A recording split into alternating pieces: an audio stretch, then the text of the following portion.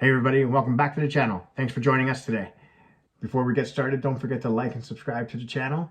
If you like what you're seeing and you want to help support more featured athletes, coaches, and guests, make sure you subscribe and share. We are powered by Spirit Leaf Waterdown, located at 64 Hamilton Street North in Waterdown, Ontario. If you're looking for Canada's top cannabis stop, look no further than Alex and his crew at Spirit Leaf Waterdown. His knowledgeable staff are going to help you find all your THC and CBD products of the highest quality.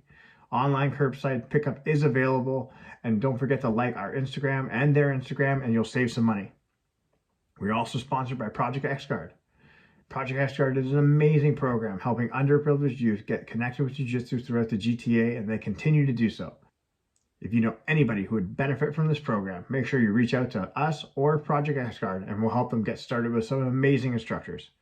Thanks everybody, and enjoy the show.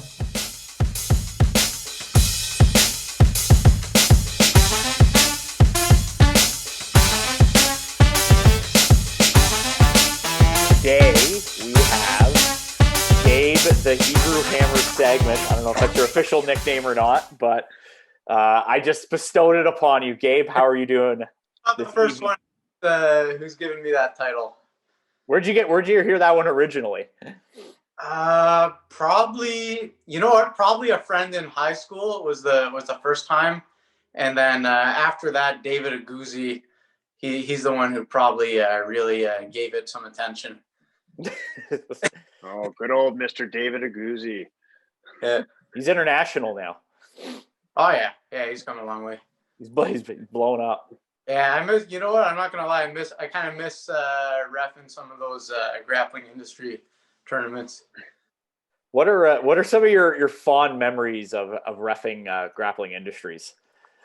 Oh boy, right off the top of my head, the number one that sticks out is I was reffing the finals for it was like for a spot on the next EBI.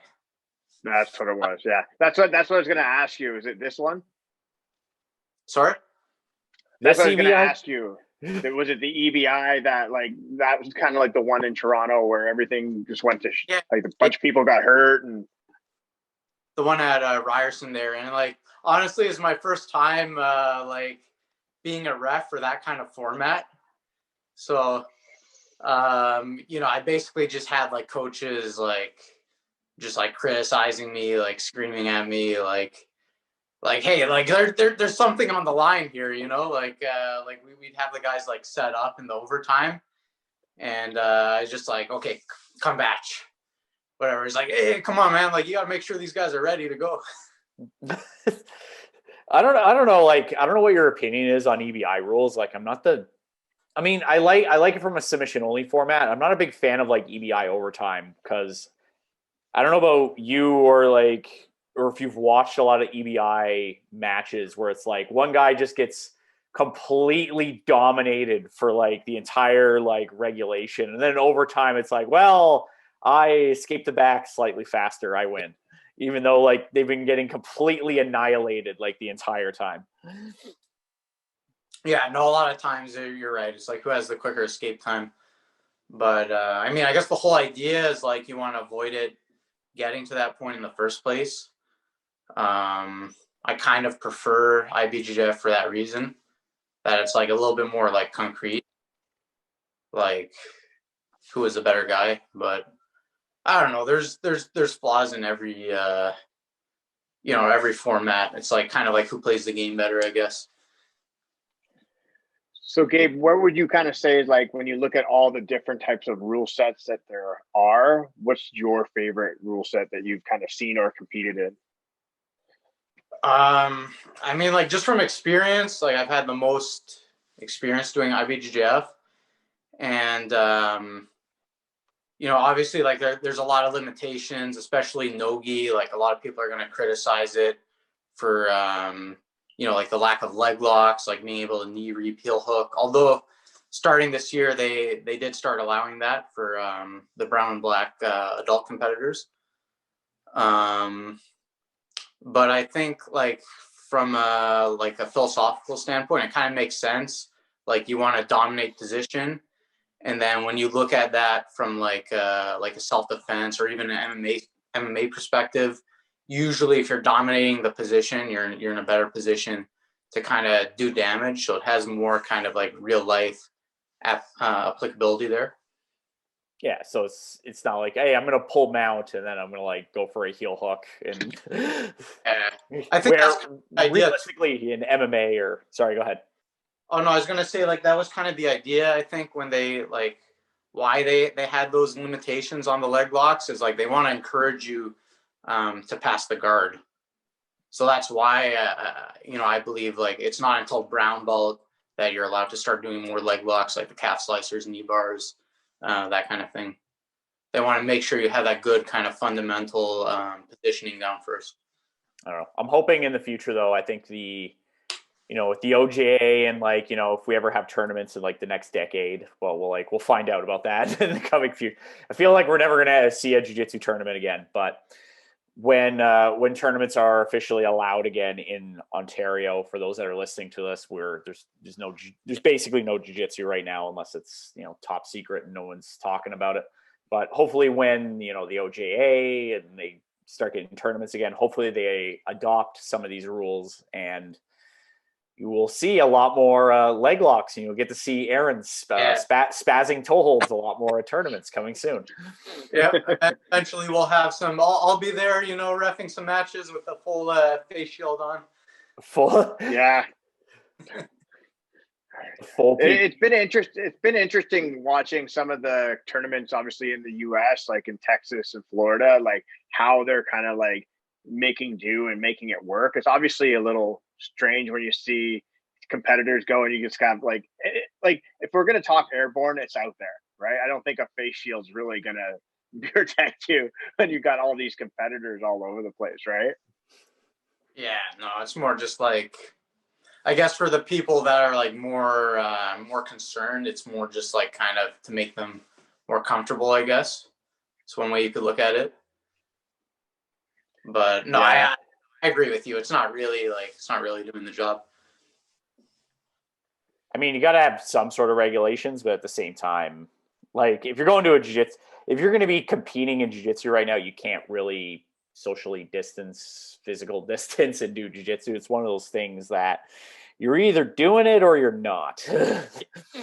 Yeah, for sure. And it's just like the nature of like jiu-jitsu or any kind of like close contact exercise. It's like scientifically, that's probably one of the worst things you can do if you're trying to avoid this, because like the viral load is just going to be there,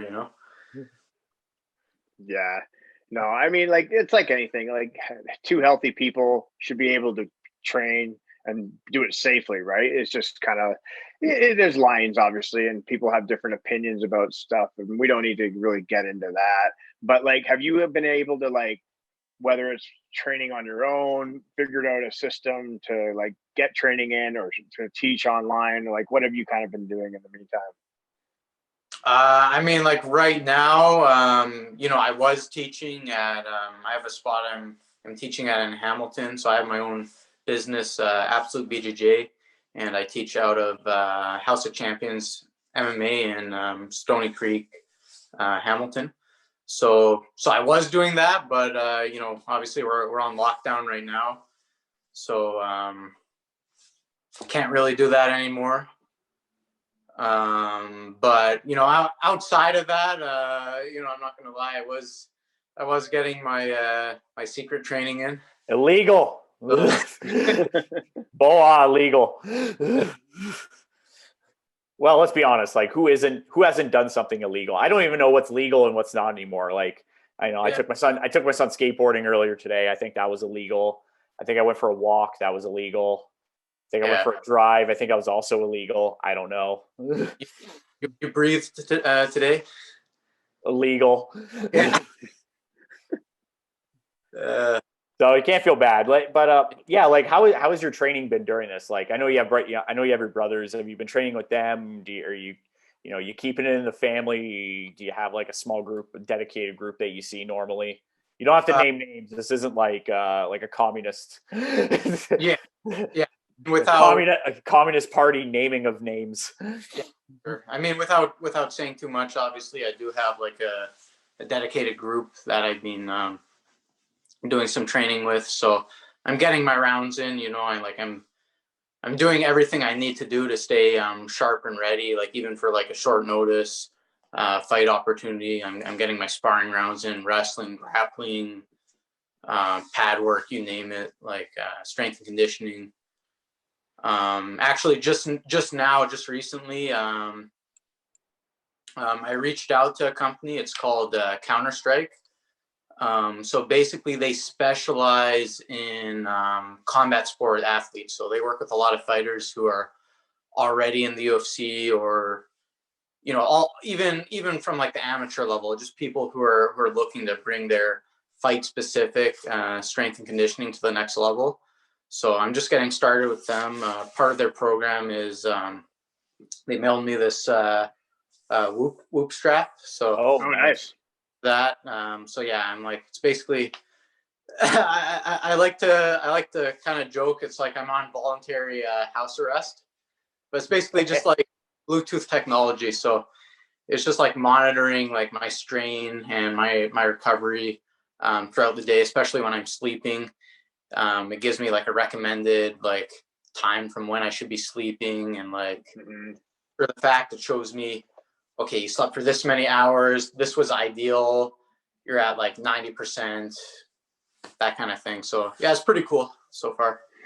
So how have you modified your training with the band? Because I've heard a lot about it, and it's pretty cool. It's basically, it's looking at like, what's your I think like, everybody's talking about like recovery and in different modalities, even with that. So like, how have you been training with that, and how have you modified your training to so I like honestly really modified my training too much. I'm still doing everything I was already doing. It's more just I'm more aware now of like the type of recovery or what would be considered optimal recovery, right? And sleep is a big part of that. And I already knew this, like it's just kind of basic stuff like sleep, hydration, like a lot of things you kind of just, even high level athletes, like people at the highest level of professional sports, those are the things that you got to really pay attention to. So I know especially with the heart rate variability option on the Whoop strap, it obviously is checking to like, again, optimal training. So it's going to give you different rates of like, okay, this will be a high output day, or it could be like a low output day. Have you found that beneficial, especially when you utilize it? A little bit. I mean, again, I'm just getting started. Like I've been on this for like maybe a couple weeks now. So right now we're just kind of like baseline testing, just to kind of get a read of where I'm at, like some of my normal patterns. And then I'm going to get on a more like personalized specific program to try to get me to that next level. But no, I think it's pretty cool. It's pretty thorough. Like it's got all kinds of different features and stuff. You can even like, it has like a journal feature, so you can even like log different behaviors. Like they don't discriminate. If you're taking substances, like whatever it may be, alcohol, marijuana. They list all kinds of stuff, man. Even like crack, meth, sexual activity, masturbation, fentanyl.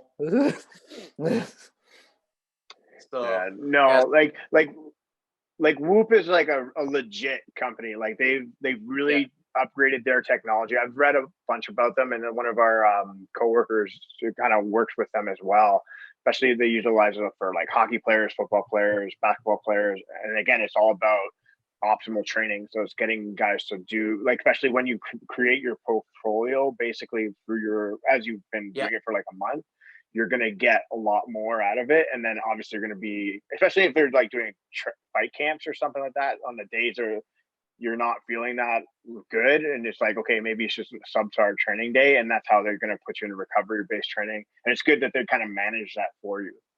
Yeah, no, 100%. That's important, you know, and I felt that firsthand. Like, you know, I've had some training camps where like I pushed hard, like really hard the day before, the night before, whatever, and then I have a hard wrestling practice the next day, and then I'm just like sluggish, like I'm not performing the way I normally should be, and I feel like that's really what it, like, majority of the time. I think a lot of athletes are just overtrained because with a lot of us, our mind is a lot stronger than our bodies, than our physical. You know, like your mind's just saying go, go, go, and sometimes your body can't keep up because you're just pushing too hard.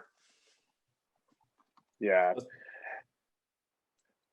So like, especially as like athletes more than anything, and like we think about like we're fighters, jiu-jitsu athletes, and we like, okay, we always wanted to push. You get up early, go for a run, don't sleep, work all day, and all that. Do you think as you become more of a professional, you have to hone that stuff in and like really focus on like recovery, like you said, like really focus on your nutrition? Or do you kind of like, you still kind of break the rules here and there? Where do you kind of see yourself? Yeah, I mean, it's a bit of a balance, but I think, you know, with something like Whoop and, you know, with more, you know, growing information and technology and stuff like that, it's going to be easier to kind of like get a better read on it and manage it. And then sometimes you have to just check your ego or your natural inhibitions. Like you said, like if I feel like I want to go, like mentally, I feel like I can do it, but all the information I'm getting, like all the signals is telling me otherwise. I just have to, you know, just breathe, relax, know that what you're doing is going to be better for you in the long run. Nice. So talking about training, we've talked about that a lot already and talked about like kind of your current MMA training, but you started out, I believe, doing jiu-jitsu, started at Toronto BJJ, Jiu-Jitsu for Life team now. So how did that connection come to be? Because I know you've been there, you know, I believe a long time. Like, how did you end up day one there? Day one. So, I mean, we're pretty much getting into my life story at this point, but pretty much like lifelong martial artist. I started with like my brother and I. We started with Shotokan Karate. So I was doing that since I was like 8 years old. And then up until around like 14 years old, I started noticing UFC, MMA, reading up on jiu-jitsu. And like at the time, I'm just like a little skinny teenager. You know what I mean? I'm more like interested in self-defense. So I'm reading up on jiu-jitsu and like I'm seeing stuff like, you know, 90% of street fights are going to end up in like a grappling ground fight situation. And I'm thinking to myself like, oh man, like I've wasted all this time doing karate. Like I might have a black belt in karate, but what if somebody takes me down, puts me on my back? Now I'm a fish out of water. So that was kind of like what made me really want to start training jiu-jitsu. But I feel like I always kind of had MMA in mind. Like that was always something I wanted to do. And when I first started at Toronto BJJ, it was a lot different than it is now. You know, it's more like kind of like a fighter's gym. Like they had a lot more Muay Thai, wrestling. So I was training everything to start. You know, I was training the Muay Thai and everything. But just like because of my competitive nature, you know, I wanted to compete. I wanted to test myself. And it's kind of hard to do that when you're like a little kid. It's hard to just like jump right into MMA. It's a lot easier to do jiu-jitsu competitions. So I just kind of fell in love with jiu-jitsu. And so, yeah, I kind of just like focused on that for a long time. But then, you know, eventually some more like MMA opportunities started popping up. And then at that point you have to make a decision because like both sports have pretty much evolved a lot. And it's like the days where you could be like a high level black belt competing in jiu-jitsu and be in the UFC, I feel like those days are kind of gone now. You know what I mean? Like you really have to pick one or the other, especially with the gi. You know, we have like all this lapel and everything now. Like it's a whole other game. So I had to make like a choice at that point. Like back in like, we're talking like 2012, 2013. I just decided like, okay, I'm going to switch my attention to MMA now.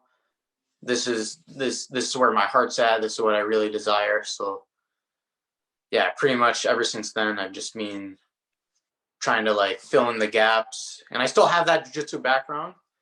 But it's just been like learning how to make the jiu-jitsu work for MMA, round out the game. Yeah, just pretty much evolved from there.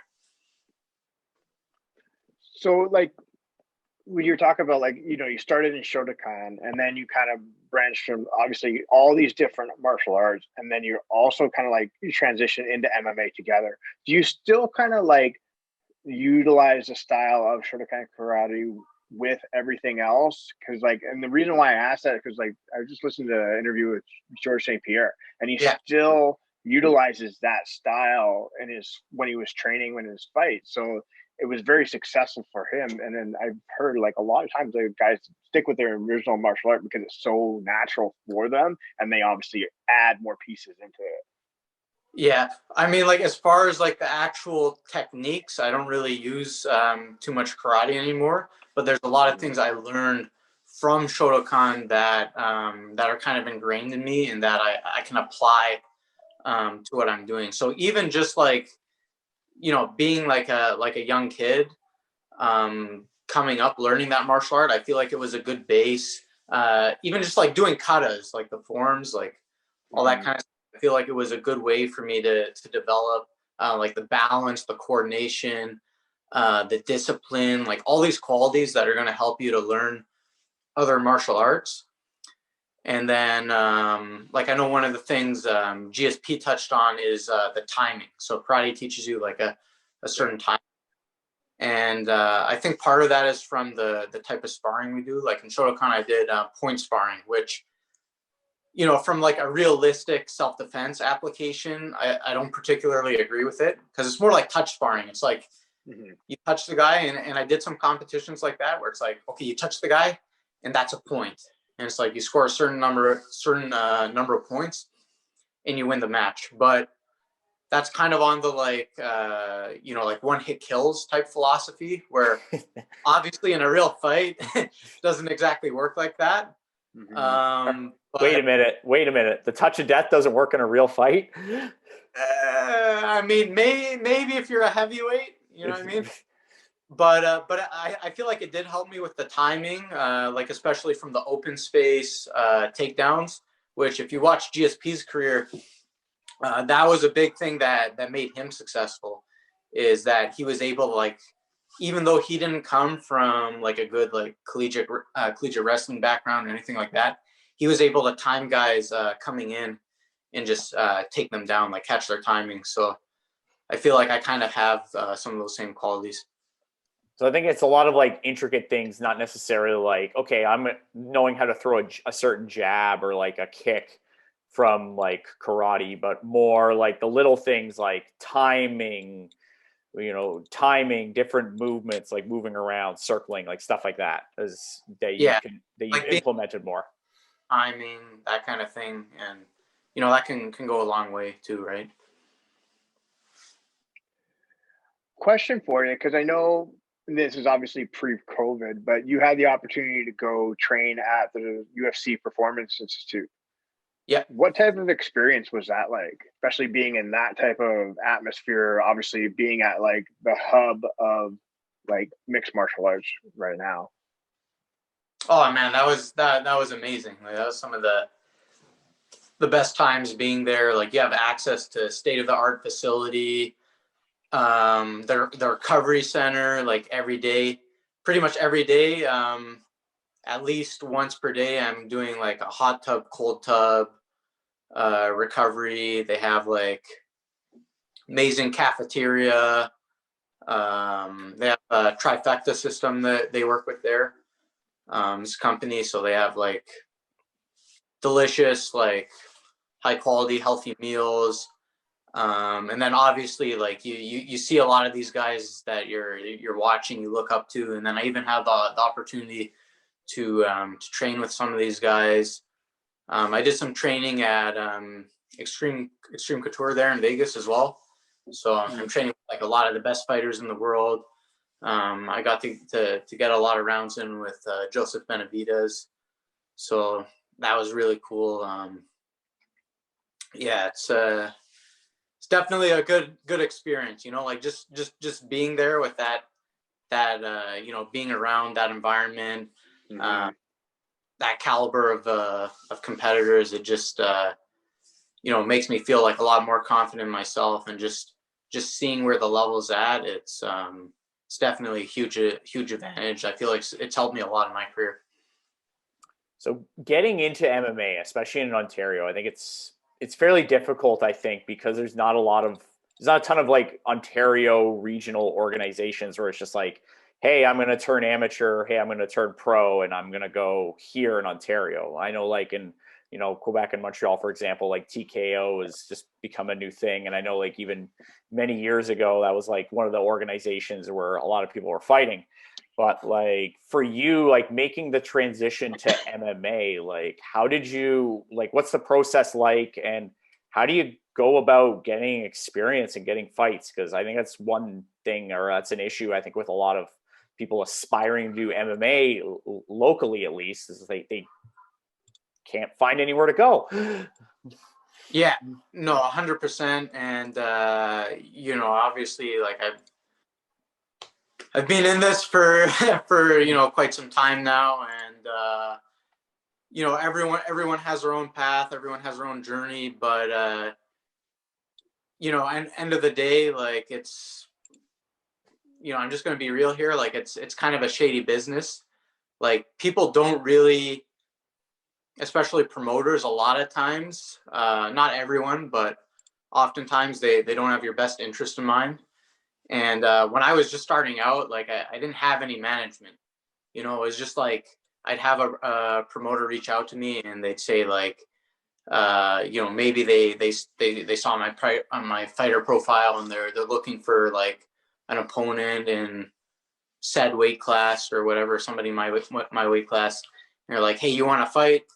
And I was just jumping on opportunities, you know. And you know, some of my first fights, it wasn't really like ideal circumstances, but I took those risks. You know, I put my name out there. I got some exposure, and then when I really started to like take it seriously, I started working with Claude Patrick. So I consider him like kind of one of the Canadian MMA or pioneers for MMA in Canada. And so he has like a real cerebral mind. Like he took me under his wing, and he really helped to like develop my game for MMA, like make that transition from jiu-jitsu to MMA. And so yeah, I did a few fights with him, and then he referred me to Cruel Lin, who I'm training under now. And you know, he's actually one of Claude's original coaches, like a striking coach. He's obviously worked with a lot of the big names to come out of Canada. So he's a great coach, good management. So I was fortunate to get connected with him. But yeah, it's just you know, especially starting out, you want to make sure you're taking the right fights. You're not getting set up to lose to the hometown guy, because majority of my career I've been like the bad guy coming in to fight the and you know, it's worked out most of the time, but it's not exactly ideal. But yeah, you just want to really like be aware of what you're getting into, what are the risks involved, and just making sure you're prepared, like making sure you get a proper fight camp, a fair opportunity. You know, you don't want to get set up. Yeah. Aaron, you don't want to get set up. You hear that, right? Yeah, no, absolutely not. You've No, had your one MMA fight and now you're retired. Yeah, that's it. No, but I've heard of the horror stories where, especially like even when, and I'm talking like the earlier days, like especially when in Ontario, when they used to do like the smoker fights on the reservations, and basically they would have, again, it's all shady promotions, and again, some of them were really good, some of them were obviously questionable, but again, it's promoters trying to get fights for individuals, and they're just setting them up incorrectly, not paying guys. I'm just saying they're going to pay guys, like all sorts of miscellaneous bullshit, right? And then it's like, if you get the opportunity to maybe take a fight in the US or Alabama or Detroit or something like that, and then you're still getting screwed over, especially so early in your career. And it really filters a lot of people out of the sport. Yeah, no, 100%. I feel that, and you just got to keep your wits about you, and just keep the dream alive. Keep training hard, and you can't let one setback discourage you. Because I've seen that happen with a lot of my teammates, people I've known. They've had some fights that maybe didn't go their way, and then they just get discouraged and they kind of fall off. And if you're gonna stick it through, if you're gonna be anybody in this sport, you have to know how to deal with adversity, how to come back from loss. Even the guys that are successful in the sport, sometimes you can hit a breakthrough. Like look at Masvidal.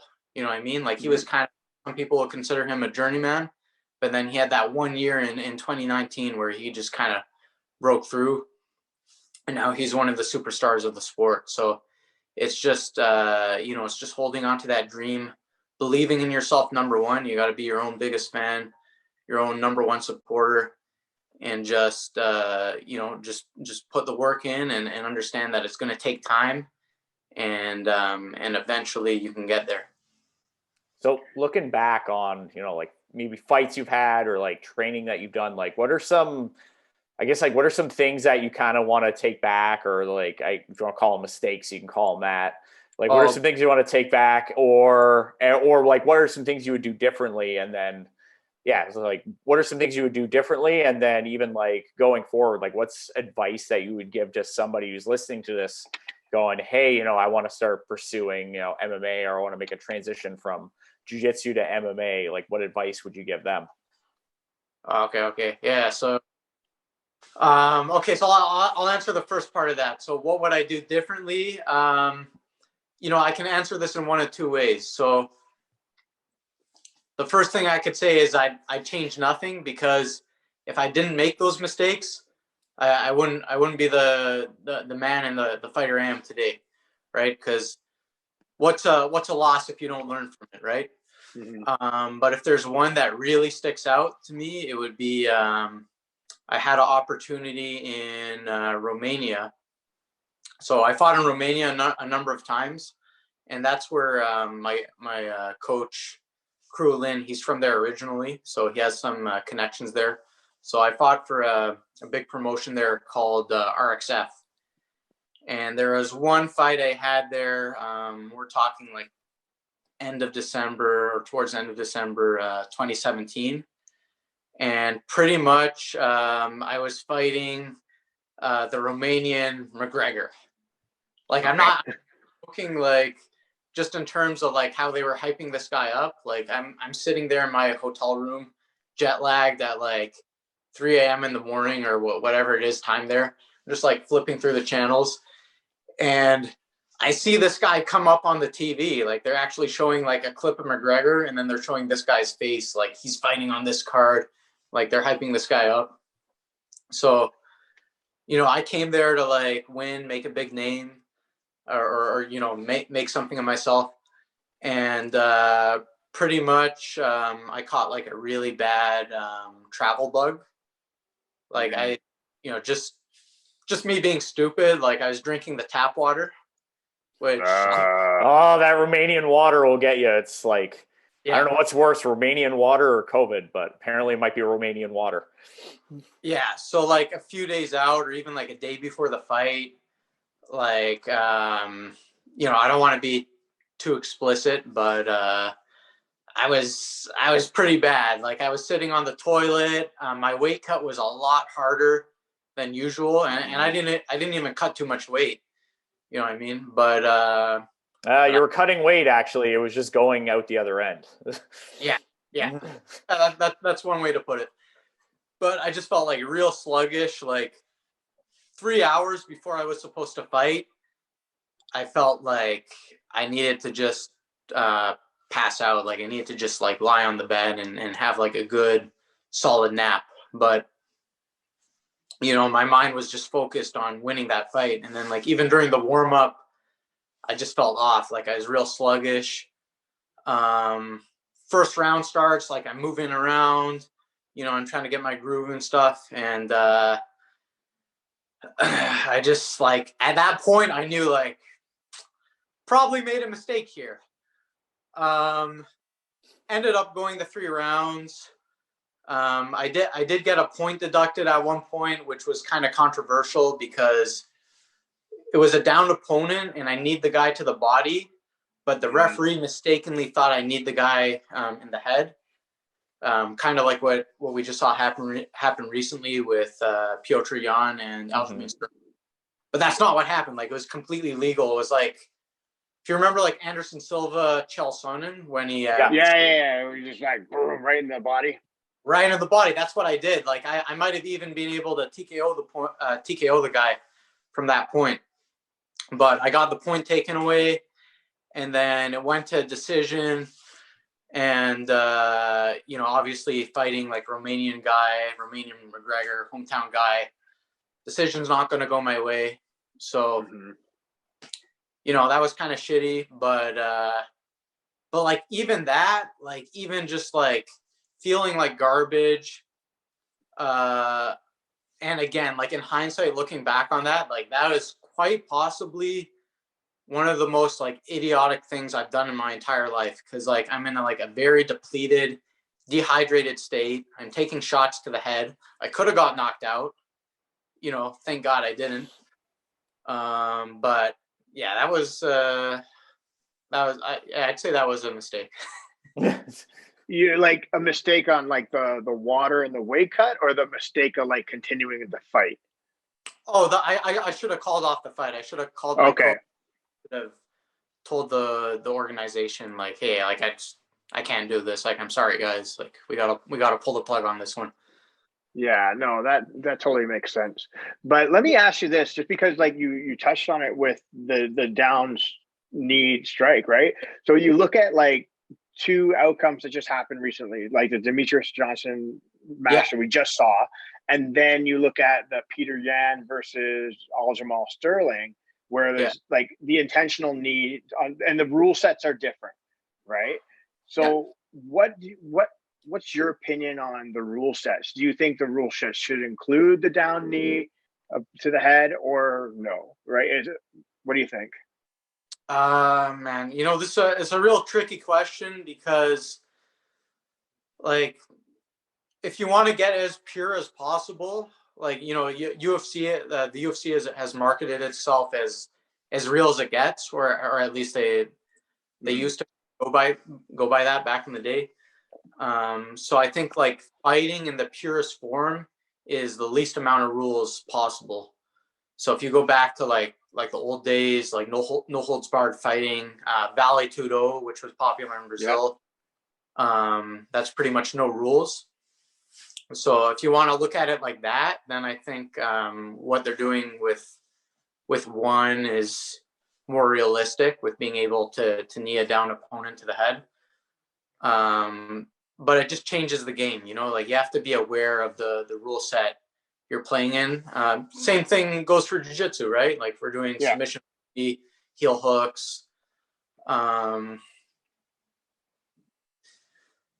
don't know. Personally, you know, I'm a gamer, so I'm down for either rule set, or I'm down for as little rules as possible. but I feel like even with one, like I'm not entirely sure, but I think like if you're a guard player and the guy's in your guard and they're on two knees, you're not allowed to up kick them to the face, from what I understand. So I believe that. You have to be standing. You have to be standing. I think Anderson Silva's gotten disqualified for that like many years ago. Where Anderson knocked out Yushin Okami back in the day, and that was like a record, like a DQ loss for that. So I feel like if you can knee a guy to the head, you should be able to do that as well. So I don't know. I feel like, you know, if you're talking about like marketing the sport, it you know, it looks more brutal. There's more risk for injury. So in that sense, it might make more sense to go with like more of like the unified MMA rules like you see in the UFC. Yeah. Is there any other rule changes you like to see in MMA that haven't been implemented yet? I don't know. That's a tricky one. Maybe. I mean, I'm kind of ripping off of Joe Rogan, but like he thinks like they do too many stand-ups. I think so too. Like guys just on top, and there's not too much action going on the ground, and like I might be a little bit biased coming from a jiu-jitsu background, but I feel like that's kind of robbing the guy a lot of times. Like you work to take the guy down, get to that position, and now the referee is going to stand you up and take all that work away from you. But at the same time, again, now we're going back to like the sports entertainment value. So you kind of have to remember that at the same time. Yeah, I'm not a fan of like frequent stand-ups. Like you get taken down, you got taken down. So, you know, figure out how to get back up. Yeah. Sorry, Bryce, I gotta ask you, because you asked me about like what would I have done differently, and then I think there was a second question. I don't know if you recall, but I think there's like a second part to that. The second part of that? Oh, I think it's just what would you have done differently, and like what do you like with your like training and your like future? Like what are you looking to? What are you looking to get into next, basically? Okay, just like future in general, or like as a athlete. Future as an athlete, and then we can go future in general as well. What's next for Gabe Sagman? The world wants to know, the dozens and dozens of people who download this podcast, right, Aaron? Well, Hundreds. right now, hundreds. Yeah, in the past, like starting since last month, I started working with Black Belt Magazine Jiu-Jitsu Canada. So they just launched their, or Black Belt Magazine Jiu-Jitsu, they just launched their website recently. So they're working with a number of different countries, obviously Canada, US, I believe Brazil, Australia, Japan. So right now, like I'm working on writing articles, hosting interviews. So I've written a number of articles already. I think they should be up on the website. And it's just like various topics relating to jiu-jitsu. So I've written about like why you should train in jiu-jitsu, food as it relates to jiu-jitsu, like acai, Gracie diet, MMA and jiu-jitsu. Just this week, I did an interview with James Liu. Might have heard of him. Owner at Luke Strength and Therapy. Yeah. Shout out to you. So I'm gonna pretty soon I'm going to be releasing an interview that kind of speaks on like injuries as they relate to jiu-jitsu, and kind of just more information there. So it's just a way for me to, you know, eventually I'm gonna, you know, obviously there's some profit involved here, like I'm gonna get paid for my work.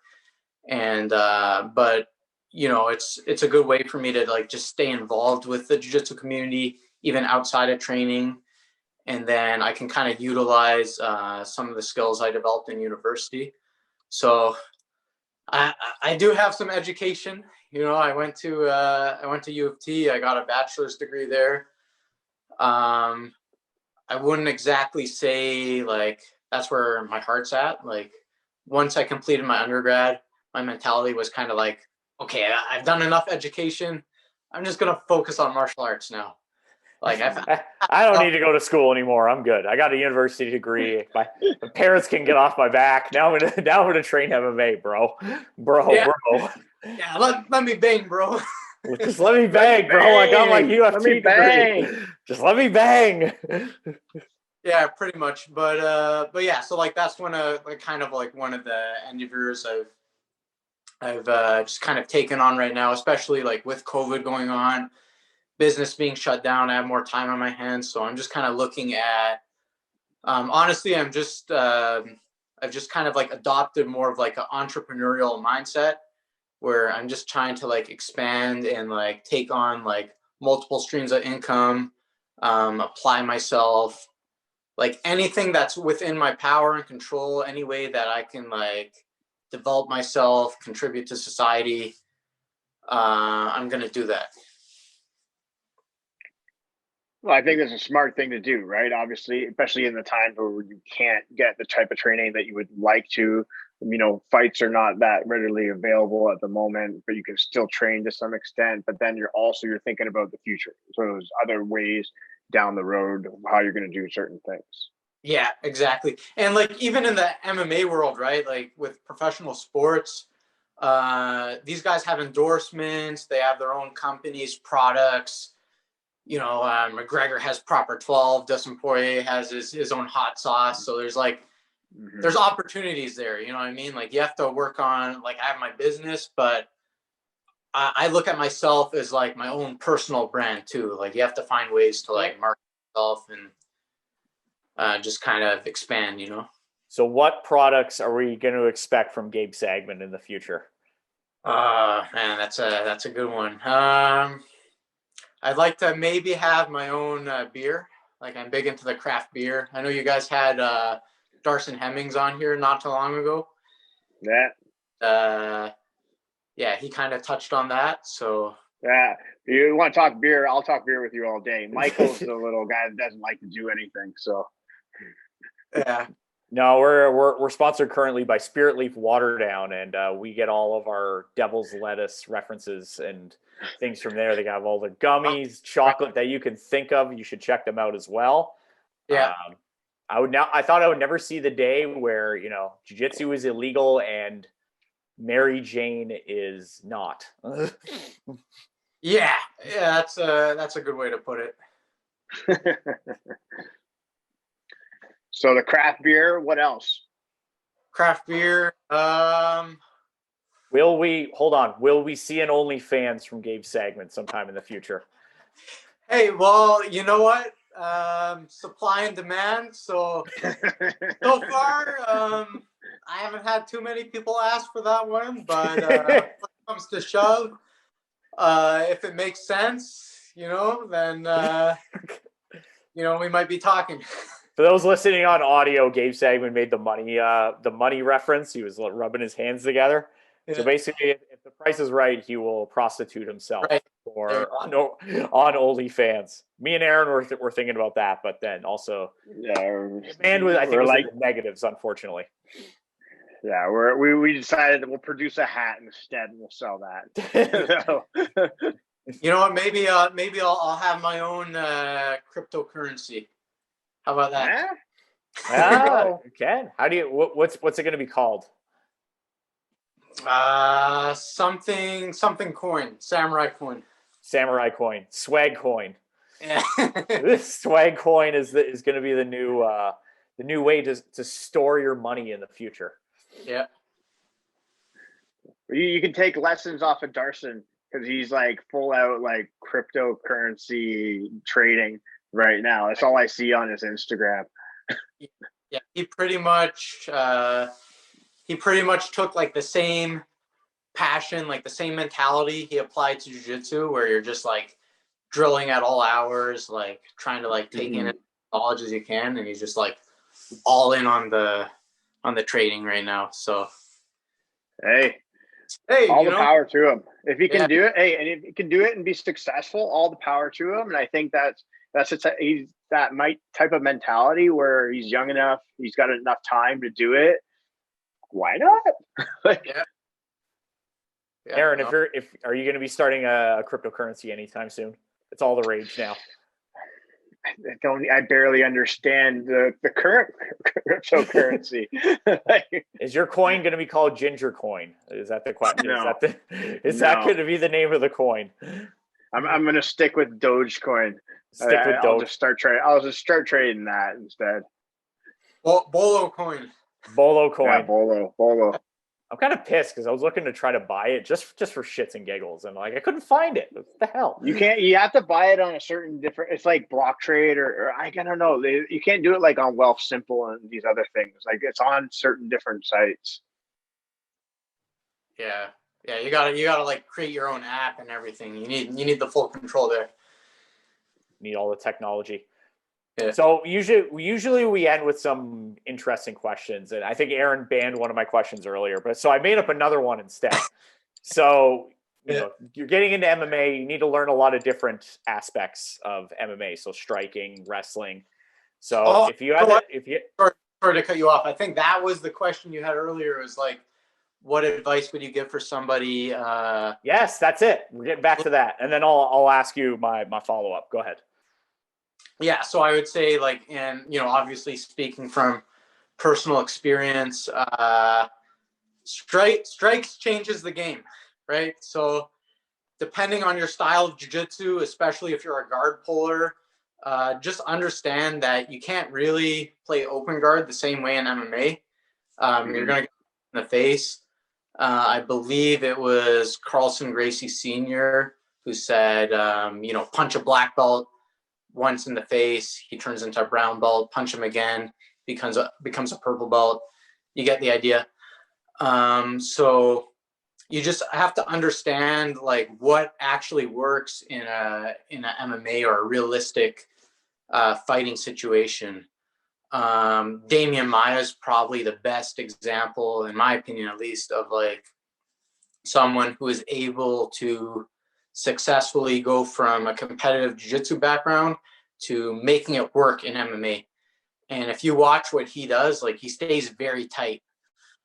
Sometimes he'll even shoot and then pull half guard, but he's still keeping that close space. He's still working the underhooks, and he's not allowing any space for the guy to posture up or land too much serious damage. So it's just being aware of the distance, the control, the techniques that work for MMA, and then just kind of going from there. Work on your wrestling. Make sure you have the wrestling. Make sure you have the takedowns, because again, you could be a high-level black belt, but if you can't bring the fight to the ground, you're not going to be able to utilize your jiu-jitsu. Okay, so now to my question that Aaron's probably going to have to edit out, but I'm going to ask it anyway. So there's 3 scenarios, and you have to pick one that you have to do. So scenario number 1 is a black belt BJJ match with Buchecha. That's one. Number 2, 12 rounds with Floyd Mayweather. Okay. Or round 3, you have to wrestle 10 buck tees in the middle of downtown Toronto. Go. Which one? Well, right off the top of my head, I'm going to use for those listening right now, I'm using the gesture. I'm going to have to go with the Mayweather fight, because that's the money fight. That's the money fight? But the one that would be the most fun for me is probably the third one. From the main streets of Toronto. I'm not going to drop any names, but just from some of my peers and other people I've dealt with throughout my lifetime, I would say I actually have some experience in this realm already. So I feel like it's a situation I could probably handle better than most. That'll work. I like it. Aaron, do you know what a buck tee is? I'm afraid to ask. Gabe, would you like to explain to Aaron, because he's over the age of 40, what that is? Well, first of all, I'm just going to put it out there. I'm fluent in Toronto man slang. But pretty much a buck tee is like a bum, or I don't want to throw shade on the homeless, because some people, they're just circumstantial, they end up there and they're trying to do better for themselves. But some people, it's more of a choice, I'd say, where you're just kind of drifting. Oh, it's like a drifter, basically. Yeah. Okay. Aaron, you thought it was something much worse, probably. I thought it was something much worse. Well, we've talked about a lot of messed up stuff on here, and I'm pretty sure that's probably nowhere near the worst of it. So don't worry, Aaron. Hey, I'm just trying to make sure people don't get demonetized or sued. That's it. That's all I'm trying to do. Well, I think also what I've realized is we can't talk about the M word, the devil's lettuce, if you know what I'm saying, if this is on YouTube. Yeah, technically you're not supposed to. They like to, so we'll just have funny, I think we'll just refer to it to different ways. So MJ, Mary Jane, devil's lettuce, Cloud, gas. All the other stuff. You can say cannabis though. No, I don't know about that. You're gonna have to edit that out now. See? No, oh well. I can't win. It's too many rules. I hate rules. Whatever. Spirit Leaf water down, 10% off. CH Podcast 10 at the door. Curbside pickup. There's a new one. My own strain. Let's go. I need my own strain. My own Your flower. own strain. Oh, there you go. Your own strain. What would that be? The Hebrew hammer? I don't know what you'd call it, but let's go with some kind of sativa dominant hybrid. Let's go with that. There you go. Very nice. I like it. Wow. Gabe, I do want to thank you very much for joining us on the podcast today. We always like to let our guests kind of have a shout out to their sponsors or anybody you want to thank before you sign us off. Oh man, putting me on the spot here, but yeah, thank you guys for having me. Shout out to my team, House of Champions MMA, Crew Lynn, my extended family at Toronto BJJ Jiu-Jitsu for Life team, Hyperfly, Super Bolo. Shout out Clifford Brewing, my local brewery. Bees Universe, that's they're a smaller company, but they've been supporting me for a while now. They're at a farmer's market I go to in Toronto sometimes. Float Toronto, they've hooked me up with some floats. Anyone I'm forgetting, I apologize. You know who you are. Yeah, I think that's about it. All right, we'll leave it at that then. So everybody, thank you so much, Gabe. Appreciate it. Thanks so much for coming on the podcast. We definitely want to do it again. Hopefully we get training. We want to talk about eventually your next upcoming fight whenever that is, and we'll go from there. Sounds good. Take care, guys. Take care. All right, thanks. Thank you so much. Bye, everybody.